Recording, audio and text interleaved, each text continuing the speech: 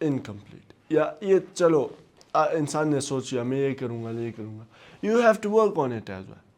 اور اس کے بعد دوسرا سوچ بھی ہوتا ہے کہ جب آپ فیل ہوتے ہو, you do not achieve something, پھر بھی آپ سوچتے ہو کاش میں ایسا کرتا, کاش میں ایسا کرتا. وہ اصل میں اس سوچنے کی بات ہو رہی ہے کہ you are wasting your time by saying that what if I did this, what if I did this. آپ سوچنے سے کوئی بدل جائے گا, کوئی چیز نہیں بدل سکتا. You can just learn from it. Learning تب ہوتی ہے جب آپ کہتے ہو کہ یار میں نے مسٹیک کیا تھا, ناٹ دیٹ واٹ ایف میں نے یہ کیا تھا, نو, میں نے اس میں مسٹیک کیا کی تھی, اسے میں چینج کیسے کروں گا. This is what learning is. This is what changing is. This is what and from where opportunity comes. لیکن یہ بھی دیکھنا ہوتا ہے کہ اس اپرچونٹیز کو اویل کیسے کرنا ہے. صرف سوچنا کہ یار میں کیا کروں گا, میں ایسے کروں گا, یا میں اگر اس طرح کرتا, no, you thought about it, just do it. اگر مسٹیکس ہو گئی ہیں, اس مسٹیکس کو پھر اس کا حل نکالیں, اس مسٹیکس کو ٹھیک کریں, اینڈ جسٹ اسٹارٹ. انسان ترقی تب کرتا ہے جب وہ کہتا ہے میں شروعات کروں گا.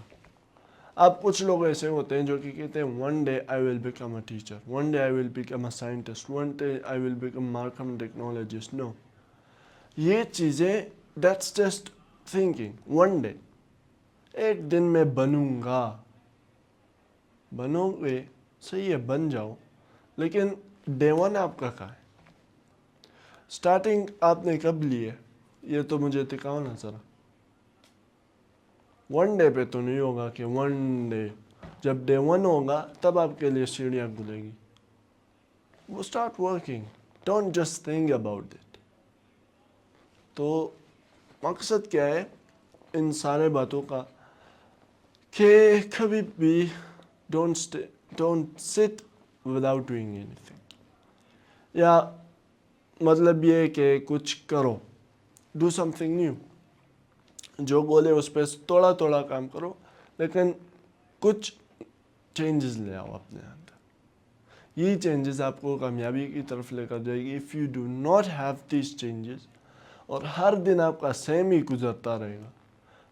اب سیم سے مراد میرا یہ کہ نو development, know changes.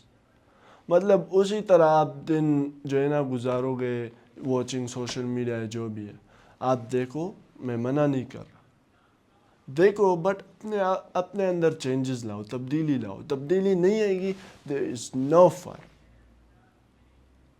Change little by little. First day, second day, third day, fourth day, اس پہ کچھ نہیں ہوتا. لیٹ اٹ ٹیک ایئرس, لیکن اپنے آپ کو بناؤ, پرسنالٹی کو بناؤ, اپنا جو گول ہے اسے جو ہے نا سامنے لے کر آؤ. Start working on it.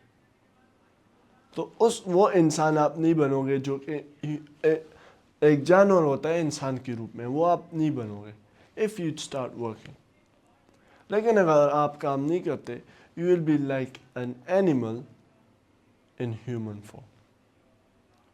یہ شارٹ سا میسج تھا جو کہ میں آپ لوگوں کو دینا چاہتا تھا, کہ ویلے بیٹھنے سے کچھ نہیں ہوگا. ہر دن کچھ نہ کچھ سیکھنے سے تبدیلی آئے گی, چینجز آئیں گی. اب لوگوں کو تو نہیں دکھتا کہ آپ کرتے کیا ہیں, لیکن you see in yourself کہ میں کل سے کتنا اچھا ہوں. And that's the real difference, کہ کل سے آپ کتنے بہتر بنے ہوئے, کل سے آپ نے کتنی امپروومنٹ کی ہے.